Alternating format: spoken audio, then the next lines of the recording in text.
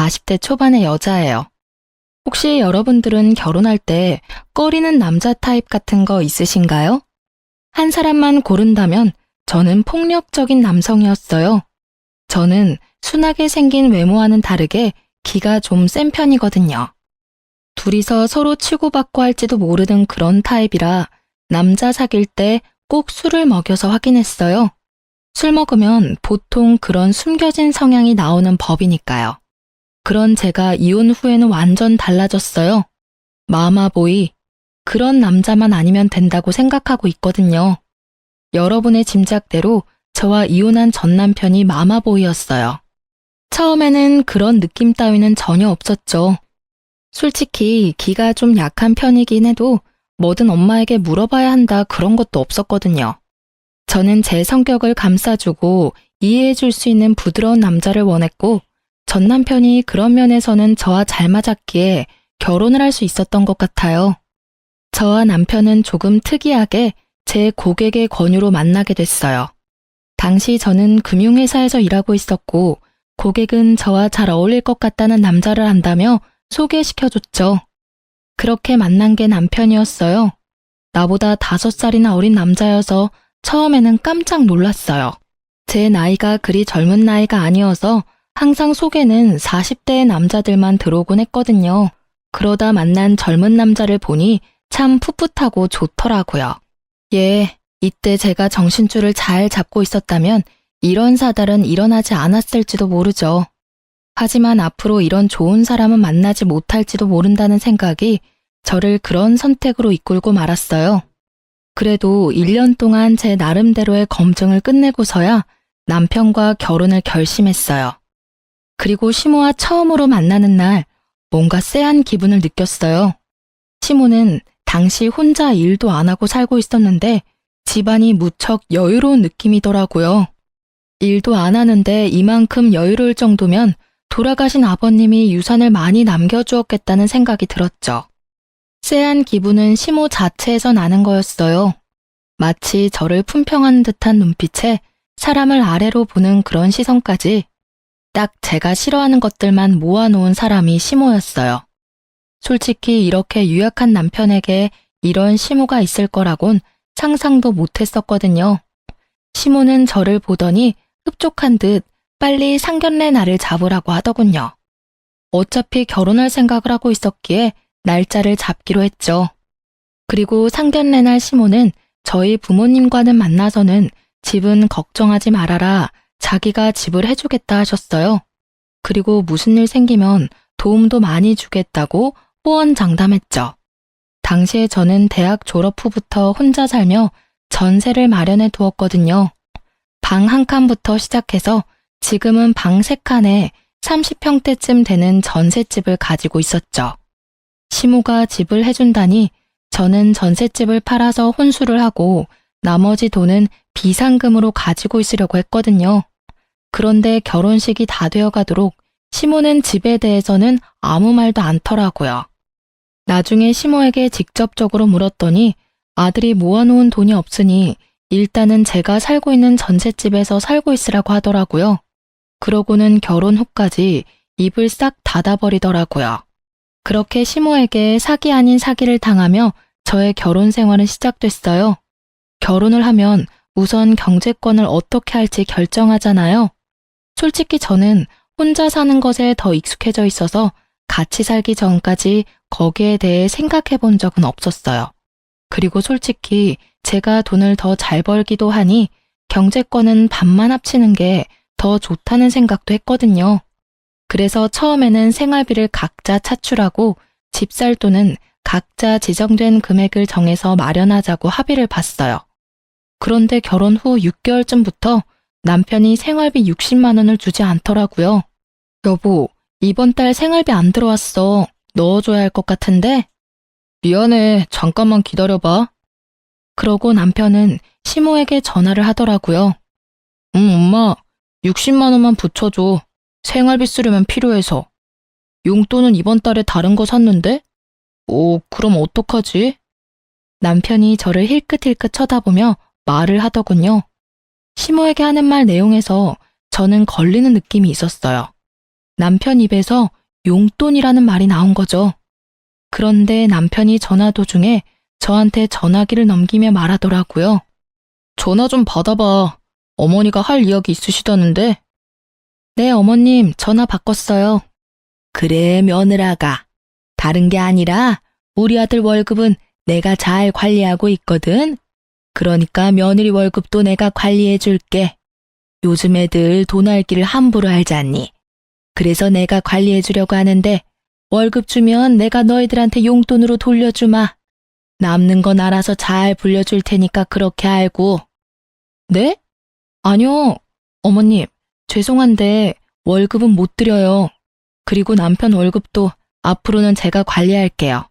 저희 전셋집이라 집 사려면 돈도 많이 모아야 하는데 혹시 남편 월급으로 돈 좀 모아두셨어요?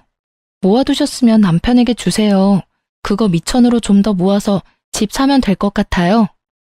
모아둔 게 어딨니? 내가 먹여주고 재워주고 키워줬으니 그만큼 걷어가는 건 당연한 거고. 게다가 나는 일도 안 하고 혼자 사는데 당연히 걔가 나 먹여 살려야 하는 거 아니니? 어머니, 당연한 말씀이세요. 대신 제가 용돈을 넉넉히 챙겨드릴게요. 그거면 충분히 매달 생활하는데 불편함은 없으실 거예요. 나더러 용돈을 타서 쓰라고? 난 그렇게 못해. 어떻게 나더러 용돈이나 타서 쓰라고 하니? 굴러들어온 돌이 박힌 돌 뺀다더니 얌전하게 생겨가지고 너 생각하는 게 야가 빠졌구나. 벌써부터 며느리가 시어머니 곳간 열쇠 뺏으려고 하면 안 되지. 어머님, 곳간 열쇠를 뺏으려고 한다뇨. 전혀 그런 생각 없어요. 다만 어머니께서 남편 월급으로 관리하셨는데도 남편은 여전히 빈털털이잖아요. 제가 이제는 와이프고 저희 둘이 부부니까 제가 하겠다는 거예요. 어머님이 생각하시는 그런 거 아니에요. 아니긴 어디서 요망한 게 집안에 들어와서. 시모는 그렇게 이야기하더니 전화기를 뚝 끊어버리더라고요. 저는 남편에게 말했어요.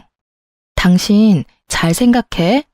어머님이 월급 관리하시는 동안 목돈이 하나도 없다는 건 이해 안 되는 일이야. 이런 식이면 당신이랑 나 절대로 우리 명의의 집은 못 가져. 그러니까 당장 다음 달 월급부터는 절대로 어머님한테 드리지 마. 내가 알아서 목돈 만들어 줄게. 어떻게 그런 식으로 말을 해? 엄마한테. 그럼 이렇게 생각해.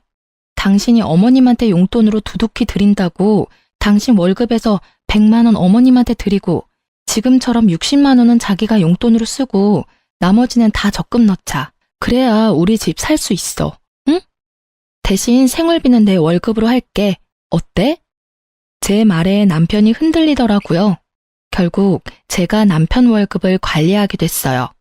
그리고 그 이후 시모가 전화와서는 쌍욕을 날리시더라고요. 네가 감히 나한테 이런 짓 하고도 무사할 줄 아니? 어디서 남의 돈을 뺏어가? 꼴랑 100만 원 주고 생색 내겠다 이거지? 생색이 아니에요. 그 정도 받으시면 생활은 가능하시잖아요. 큰 돈 드는 건 저희한테 말씀하시면 최대한 도와드릴게요. 그러니까 더 이상 남편한테 압박 넣지 마세요. 시모는 분하다며 말을 잇지 못하다가 전화를 끊어버리더라고요. 저랑 할 이야기 없다 이거죠. 대신에 남편에게 계속 전화해서 하소연을 하더라고요. 어떻게 네가 이럴 수 있냐? 엄마를 뭐라고 생각하는 거냐? 그런 여우 같은 며느리한테 속아 넘어가지 마라 등등. 제가 들은 것만도 엄청났죠. 그런데 그런 건 이해했어요. 어머니가 아들한테 하는 말이니까. 그런데 제가 참지 못할 일이 벌어졌어요. 그때는 남편 사촌의 결혼식이 있던 날이었어요. 좋은 날이었고 남편이 청첩장을 받아왔길래 시모도 갈 거라고 예상하고 시모가 내야 할 축의금까지 챙겨서 결혼식장으로 향했어요.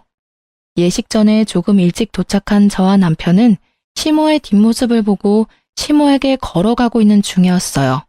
그런데 가까이 가자 시모 목소리가 또렷하게 들리더라고요. 아유, 정말 미치겠어. 어디서 여우 같은 게 기어들어와서는 우리 아들을 완전히 망쳐놨지 뭐야. 게다가 집안도 꼴이 말이 아니야. 욕심이 얼마나 끝도 없는지. 아니, 내가 아들 월급 착실히 관리해줬는데도 아들 월급을 싹 다 가져가 놓고는 세상에 용돈이랍시고 쥐꼬리만큼 주는 거 있지? 시모가 제 욕을 하고 있더라고요. 아주 시원하게 말이죠. 일가 친척 다 듣는 곳에서 며느리 흉보는 시모를 보고 있자니 자기 얼굴에 침 뱉는 꼴이라는 걸 전혀 모르고 계시더라고요. 그렇게 열심히 자기 무덤 파는 시모를 모른 척하기에는 제 성격이 너무 더러웠죠. 어머님한테 돈 100만 원은 쥐꼬리만큼인가 보네요. 저희는 한 달 용돈으로 100만 원 드리는 것도 많이 드린다고 생각하고 있는데요. 솔직히 어머님이 용돈만 타가신 건 아니잖아요. 가전 고장나면 부르고 집안의 경조사태도 돈 내달라고 그러시고 하다못해 공과금도 저희가 내드리잖아요. 뭐가 그렇게 못마땅하셔서 친척분들 다 계신 데서 이렇게 며느리 못난 점만 지적하고 계신지 저는 잘 모르겠네요. 네가 여긴 무슨 일이냐? 저희도 초대받아서 왔어요.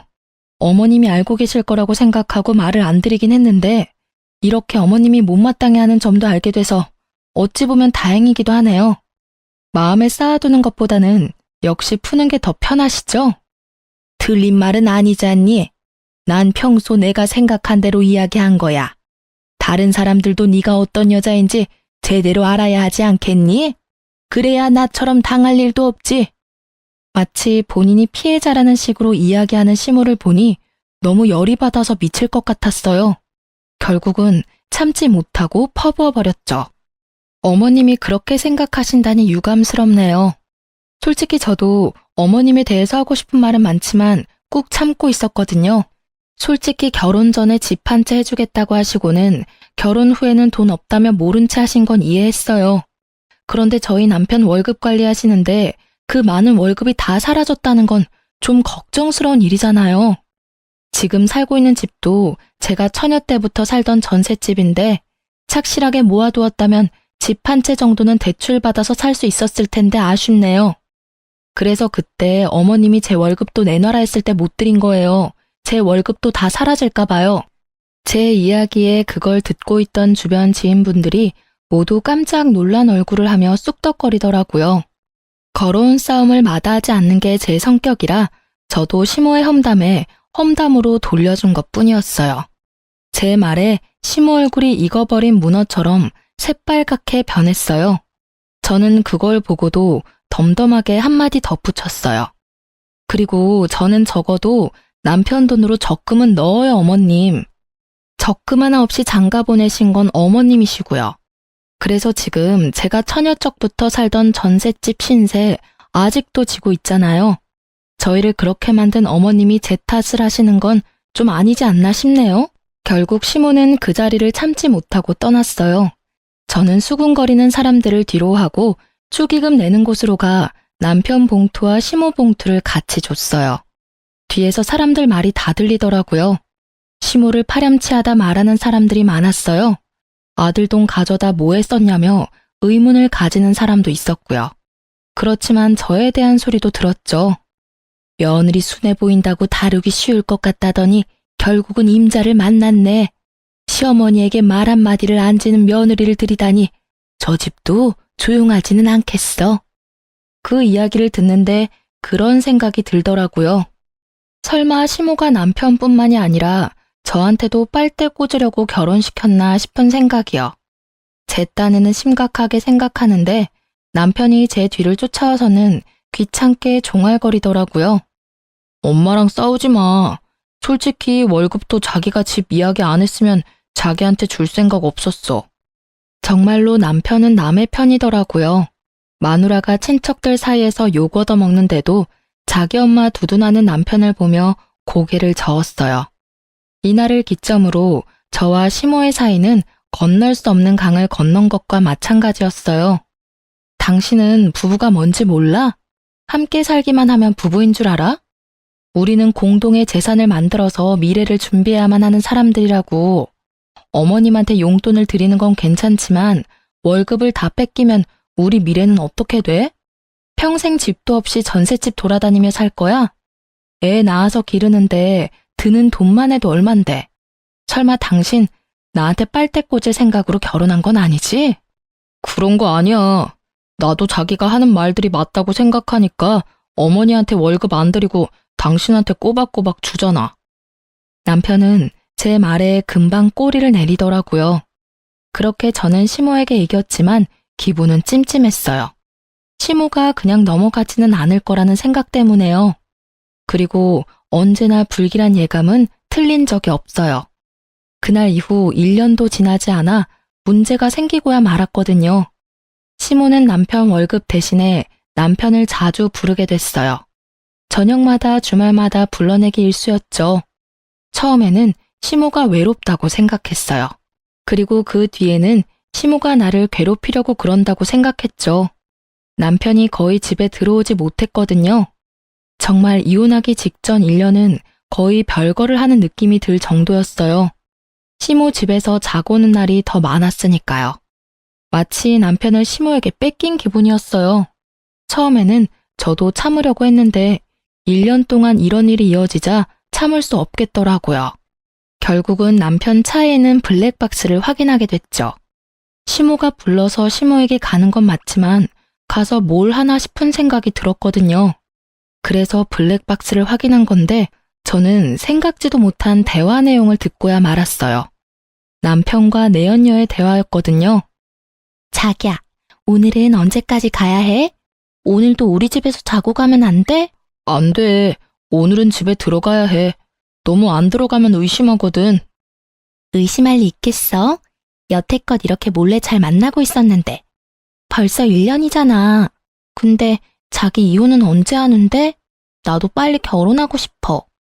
그건 엄마가 알아서 이야기해 줄 거야. 맨날 엄마. 너무 효자면 인기 없는 거 알지?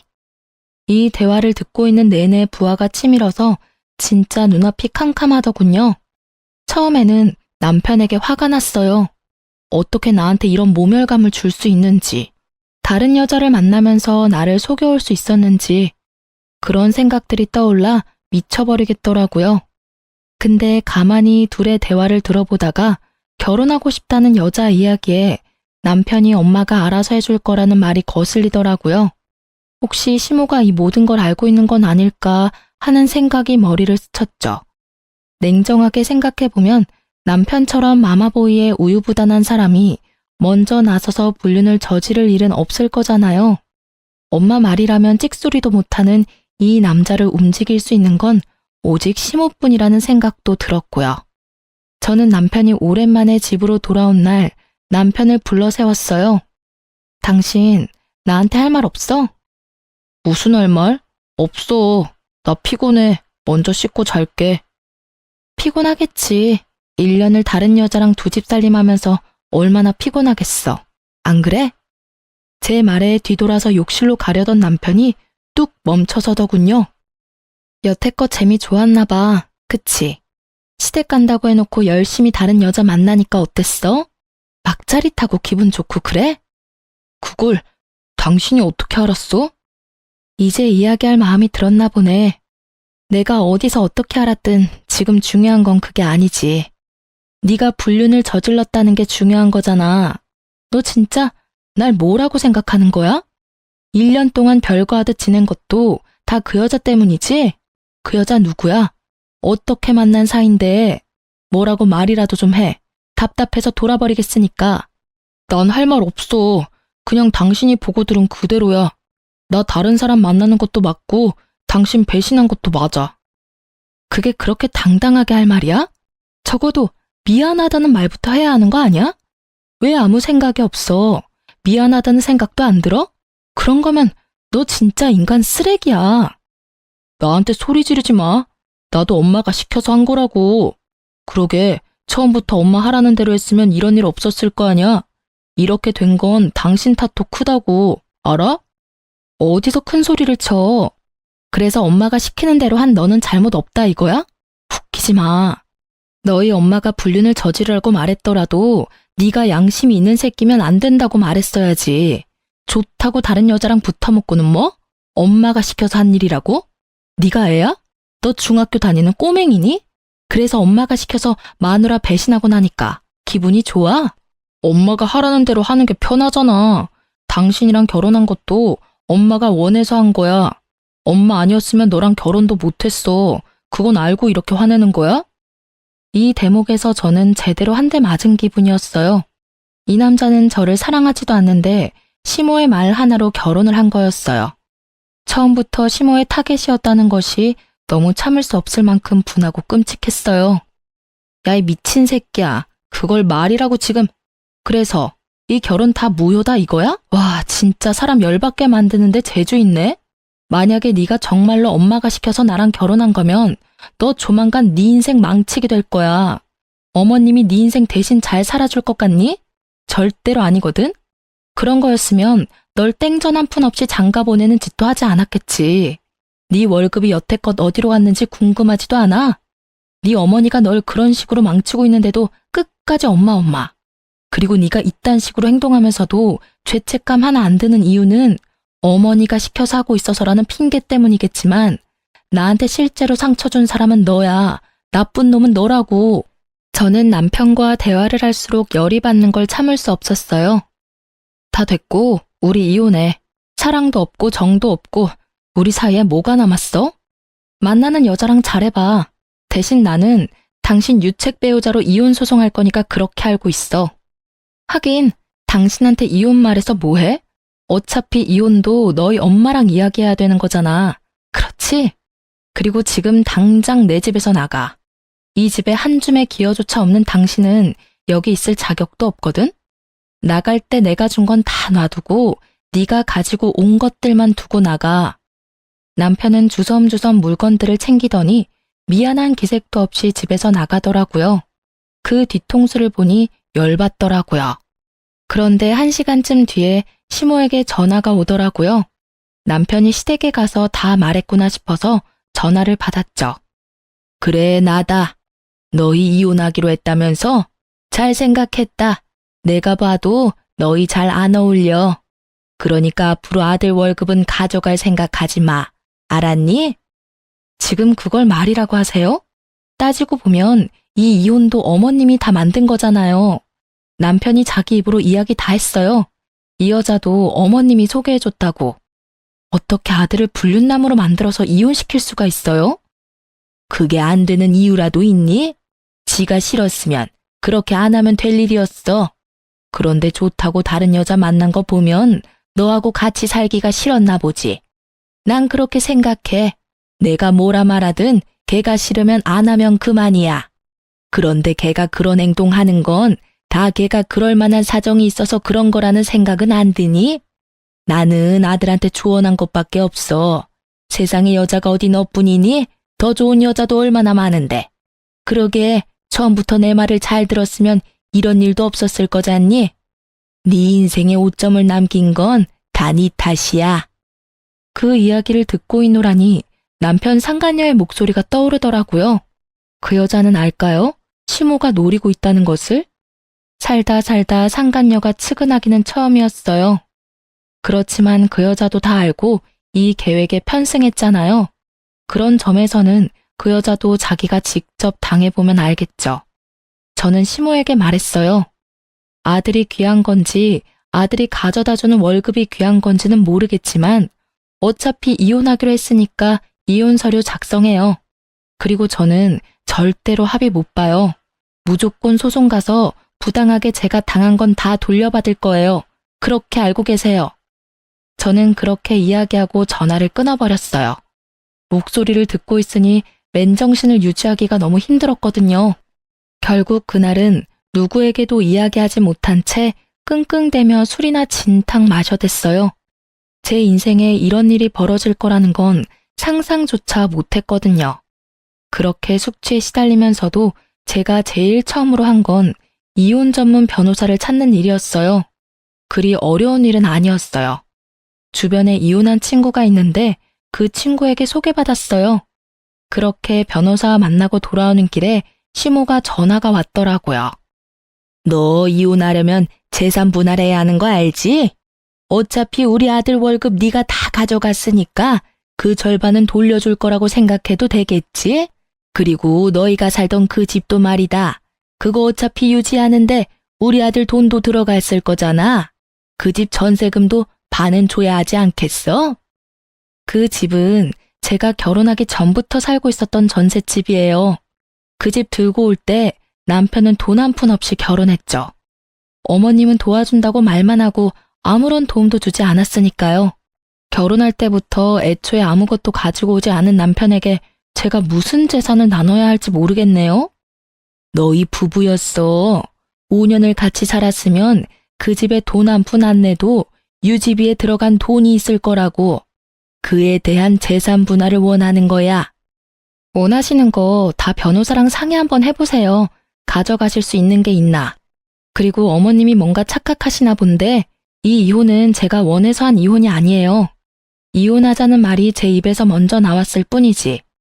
이혼 원인 제공은 어머님과 남편한테 있거든요. 그리고 남편은 유책 배우자고 어머님은 남편에게 여자를 소개해준 사람이죠. 그래서 어머님 상대로도 위자료 소송할 거고 그 여자 상대로도 위자료 소송할 거예요. 돈이 생기더라도 다 다시 저한테 돌아올 수밖에 없을 거예요. 이혼을 하게 된 원인이 왜 우리 아들이고 나야? 네가 문제지. 네가 나한테 한 짓들을 알고도 법원이 네 손을 들어주겠어? 그러니까 다 법대로 하시자고요. 저는 더 이상 어머님하고 할 말 없어요. 뭘 알고 계셔야 답이라도 하지. 아무것도 모르고 계시는데 무슨. 변호사랑 상의하세요. 전화를 끊고 나니 화딱지가 나더군요. 이혼하게 된 것도 열받고 짜증나는데 제가 가진 재산마저 반으로 나누자니 더 열받더라고요. 솔직히 남편 월급 중에 절반은 시모가 가져간 거나 다름없거든요. 남편 월급이 여태 어떻게 쓰였는지 알면 도리어 나한테 돈을 줘도 모자랄 판이건만. 그렇게 시모와의 전화통화를 끊었는데 모르는 번호로 전화가 오더라고요. 무시하려다가 혹시나 해서 전화를 받았는데 남편 상간녀가 전화가 왔더라고요. 만나서 할 이야기 있다고 해서 저도 그 여자한테 충고나 해줄까 싶어 나갔어요. 저는 그 여자 얼굴도 몰랐는데 그 여자는 제 얼굴을 알고 있더군요. 그런데 그 여자를 보는 순간 아 하는 소리가 절로 나왔어요. 얼굴이 무척 순하게 생겼더군요. 남 싫어하는 소리는 못할 것처럼 순둥순둥하게 생긴 얼굴이 시모가 딱 좋아할 것처럼 보였죠. 이 여자가 새로운 시모의 호구구나 싶었거든요. 그런데 저를 여기까지 불러낼 정도면 시모가 원하는 그런 순한 여자는 아니다 싶었어요. 무슨 일 때문에 보자고 하셨나요? 그 사람 이제 좀 놔주세요. 솔직히 1년도 더 넘게 부부다운 생활 못 하셨잖아요. 그 사람 이제 제 사람이에요. 그쪽 분도 이제 알 때는 된 것 같은데 왜 놔주지를 못하고 계속 그 남자한테 집착해요? 이건 또 무슨 뜬금포인지 저는 고개를 갸웃했어요. 저는 남편을 잡은 적이 없었고 먼저 이혼하자고 했었는데 죄송한데 뭔가 잘못 알고 있으시네요. 저는 그 사람한테 집착한 적 없어요. 이미 이혼 서류도 제가 써서 그 사람한테 먼저 줬고요. 제가 그 사람한테 집착한다고 누가 그러던가요? 혹시 그 사람 어머니가 그런 말 하던가요? 제가 집착하고 있다고? 그래서 그 어머니 몰래 여기 나 부른 거고. 여자는 대답도 못하고 빤히 쳐다만 보더라고요. 자기가 섣부르게 행동했다는 생각이 있었겠죠. 저는 그 여자 몰래 핸드폰을 켜서 녹음 먼저 했어요. 아가씨, 솔직하게 말해봐요. 제 남편 만난 거 그 사람 어머니 때문이죠? 중간에서 누가 소개를 해주고 싶다고 하던가요? 좋은 사람 있다고? 상간녀는 여전히 입을 다물고 있더군요. 입을 열면 불리하다는 생각을 했나 봐요. 내가 이런 말하면 어떻게 비칠 줄 알긴 하는데 말하지 않고 넘어갈 수는 없을 것 같아요. 제 남편 어머니 보통 사람 아니에요. 사람을 돈으로 보는 경향이 있거든요. 저희 헤어진 것도 남편이 당신이랑 바람나서 헤어진 게 아니라 시어머니가 남편에게 당신을 소개해줘서 저랑 남편이랑 헤어지게 만든 거예요. 그게 뭐가 문제죠? 어머님은 저한테 며느리가 너무 못됐다고 하셨거든요. 아들을 구속하고 집착하고 월급까지 가져가는 도둑이라고요. 그런 여자라면 당연히 엄마라면 떼어놓고 싶겠죠. 저는 속으로 웃음이 나더군요. 시모는 또 꽝을 뽑으셨더라고요. 이 정도로 당당한 여자가 시모가 하는 대로 놔둘 리 없죠. 그래요? 그럼 결혼 전에 약속받으신 건 뭐가 있어요? 집을 해준다던가요? 돈을 해준다던가요? 그걸 왜 당신한테 말해야 하죠? 저한테는 집도 주고 돈도 주신다고 하셨는데 결혼식 이후에 입 싹 닫으셨거든요. 그리고 그 월급 이야기도 안 할 수 없네요. 결혼 전에 남편 월급을 시어머니가 관리했어요. 그런데 결혼할 때 돈 한 푼 없이 저한테 왔어요. 어머니가 관리해 주셨다면 당연히 목돈이 있어야 하는데 한 푼도 없는 것이 이상하다 싶었는데 다 쓰셨더라고요. 남편한테는 달랑 60만 원 용돈 주면서 그러더니 저한테 제 월급도 관리해 주겠다고 하시더라고요. 이제 무슨 말인지 아시겠어요? 전 그런 거 안 믿어요. 솔직히 헤어지는 마당에 무슨 말인들 못하겠어요. 그냥 이혼이나 빨리 해줘요. 저한테 이상한 이야기 하지 마시고요. 이혼은 소송 들어갈 거예요. 그리고 이런 이야기 일부러 해주는 거예요. 충고. 당신은 나처럼 되지 말라는 충고. 그 시어머니 본성 알면 결혼 생각도 못 할 텐데. 용감하시네요. 저는 그 집안 사람들에게 두 손 두 발 다 들었으니 당신은 잘해보세요. 또 모르죠. 말 잘 들으면 길게 갈지도. 조언을 해준데도 들을 생각이 없는 상간녀를 보며 저는 미련 없이 자리 떠났어요. 상간녀의 눈빛에 가득한 불신의 기운이 참으로 안타깝게 느껴지긴 했죠. 하지만 상간녀가 남편이 유부남인 거 알고 만났다는 증거만 있으면 저야 앞으로 그녀에게 일어날 일들 같은 건 신경도 안 쓰이니까요. 이미 충고해줬는데도 들을 생각 없으니 자기 팔자인 거죠. 그렇게 상간녀와 헤어지고 저는 이혼 소송에 집중했어요. 사실 남편 앞으로 모아둔 목돈이 있었거든요. 남편 월급 중에 시모에게 들어가는 돈과 남편에게 들어가는 돈을 제외한 나머지 돈은 모조리 저축해 두었는데 그게 참 아깝다는 생각이 들었어요. 왜냐면 제 월급은 오롯이 생활비로 다 빠져나갔거든요. 그래서 돈을 모을 틈이 없었어요. 시모와 남편은 그 돈의 존재를 알고 나서는 그 돈 내놓으라며 난리였어요. 통장 비밀번호를 제가 알고 있었거든요. 저는 일단 그 통장 비밀번호를 남편에게 알려줬어요. 거의 5천만 원 정도였는데 남편에게는 이야기했죠. 시모에게 이 돈 주면 당신은 이 돈 만져보지도 못하고 날릴 거라고요. 그랬더니 잘 가지고 있는 모양이더라고요. 제가 이런 일을 한 이유는 따로 있었어요. 이혼 소송이 끝나고 판결이 났는데 제가 그 목돈을 다 가져오게 됐거든요. 시모에게 뺏기면 본전도 못 찾을 것 같아서 남편에게 그렇게 말해뒀는데 어찌 잘 돼서 그 돈은 그대로 저에게 돌아오게 됐어요. 이유는 그거였어요. 일단 남편이 유책 배우자라서 제게 위자료를 지급하라는 판결이 났고요. 남편과의 재산 분할에서도 실질적인 결혼 생활이 얼마 되지 않아서 결혼 전 가지고 온 재산은 재산 분할에 속하지 않았기에 전세금은 남편에게 주지 않아도 됐었어요. 다만 결혼 후에 만들어진 재산인 남편 명의의 목돈은 저도 나눠 가지게 됐거든요. 그리고 저는 상간녀 위자료 소송이랑 시모에게도 위자료 소송을 진행했어요. 저희 혼인의 파탄이 시모에게도 있다는 점을 이용했거든요. 결국 남편과 상간녀 시모에게는 위자료 폭탄이 떨어진 셈이었죠. 그래도 남남이 되니 오히려 마음이 편하더라고요. 그렇게 이혼이 완료되고 나서 남편은 바로 재혼했어요. 제가 주의를 줬는데도 남편과 결혼을 덥석해버린 상간녀의 소식이 너무 궁금해서 그 뒤에 수소문을 봤거든요. 알고 보니 상간녀도 시모에게 집을 해주겠다는 이야기를 들었다고 하더라고요. 시모도 해주려는 생각은 있었을지도 모르죠. 남편이 저와 이혼하면서 나누게 될 재산으로요. 그런데 막상 뚜껑 열고 보니 도리어 저한테 돈을 줘야 하는 상황이 되었잖아요.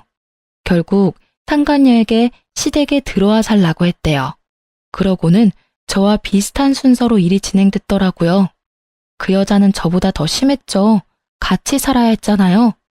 그리고 상간녀 위자료도 저한테 줘야 했으니 남편 월급 떼이는 거 확인하고서야 아차 싶었나 보더라고요.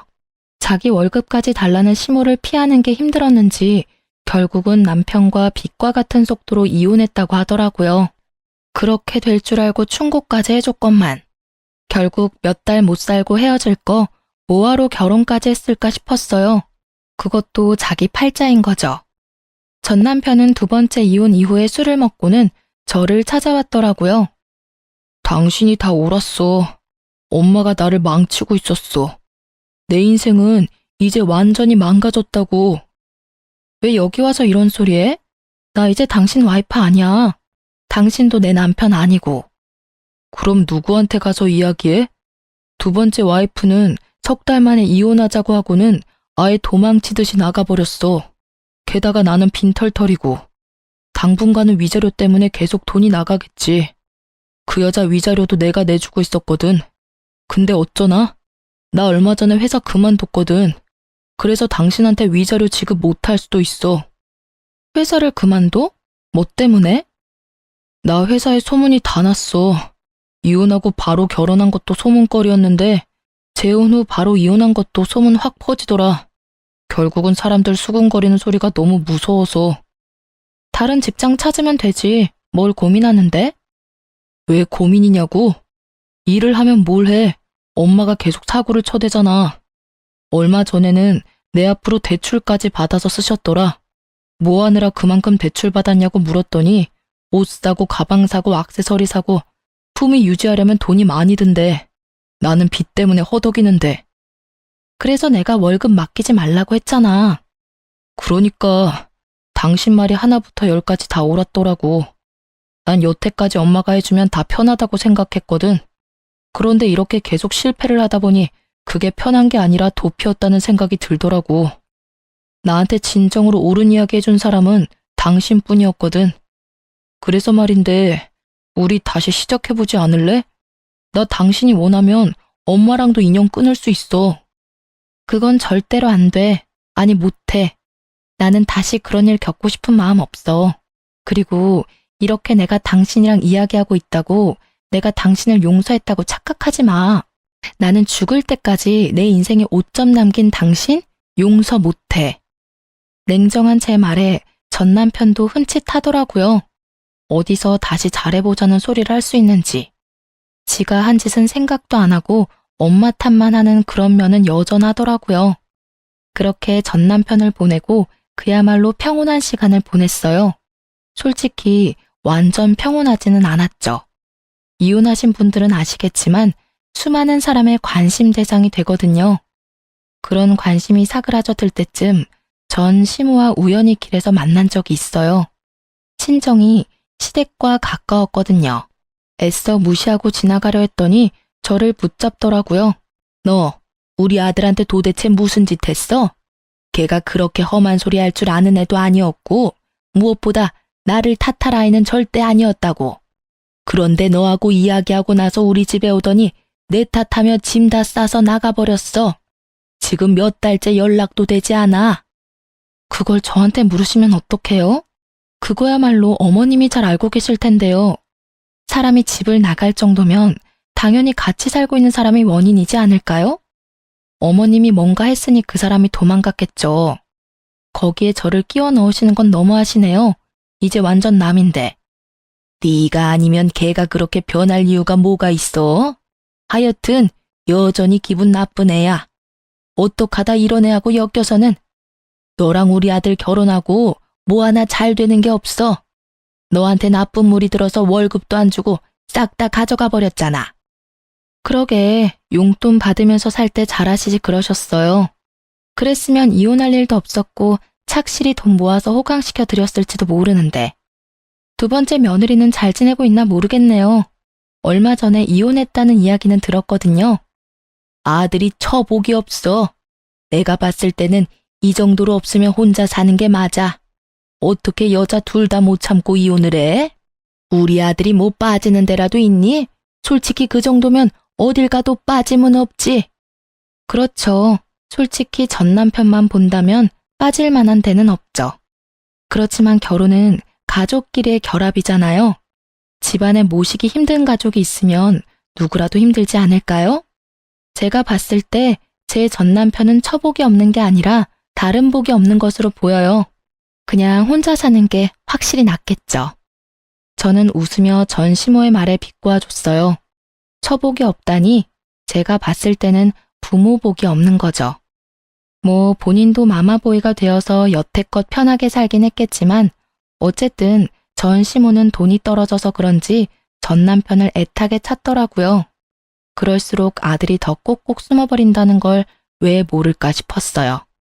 그리고 전 남편은 자기 엄마가 시키는 대로 하다가 결국은 와이프를 둘이나 잃고 빚만 남았죠. 저는 분노와 자책, 체념의 쓰리콤보를 겪고 서서히 마음의 평화를 찾고 있어요. 이따금 그때의 기억이 떠오르며 열받을 때도 있지만 그래도 그때와 비교하면 마음고생은 전혀 없으니까요.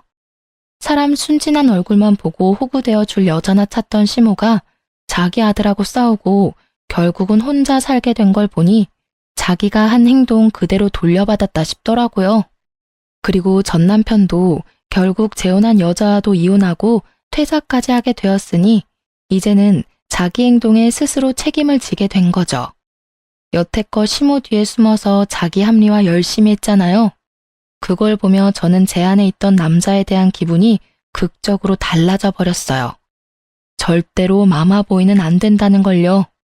그건 효자가 아니라 비겁한 겁쟁이일 뿐이에요. 나이 40에 애도 없이 혼자 되어서 주변 사람들에게 위로도 많이 받았지만 쓴소리도 많이 받았어요. 늙어서 혼자 살면 볼품없다, 없어 보인다. 이런 이야기를 듣는 것도 이제는 아무렇지 않을 만큼 단단해졌다고 생각해요. 솔직히 제가 만약 그때 참고 살았더라면 저는 분명히 우울했을 거라고 생각해요. 빨리 빠져나온 걸 다행이라고 생각하고 있거든요. 부모 욕심으로 자식 인생을 마음대로 쥐락펴락하는 시모를 보니 없었던 남자를 기피하게 돼서 재혼은 생각도 못하고 있어요. 글 쓰는 내내 그날의 기억을 떠올리며 다시금 저를 돌아볼 수 있게 되었어요. 가끔 정말 힘든 일이 있을 때는 제 이혼 때를 생각해요. 이때만큼 힘든 일도 없었고 이때만큼 시달릴 일도 없었죠. 결혼은 무덤이라는 말을 스스로 실감하게 될 줄 몰랐는데 그래도 기어나와 보고서야 자유로운 몸이 좋다는 걸 깨달았어요. 앞으로도 제 인생에 알콩달콩한 부부 같은 건 없을지도 몰라요. 그렇지만 다음번에 기회가 혹시라도 온다면 제발 평범한 사람이기만을 바랄 뿐이에요. 지금까지 제 사연 들어주셔서 감사합니다.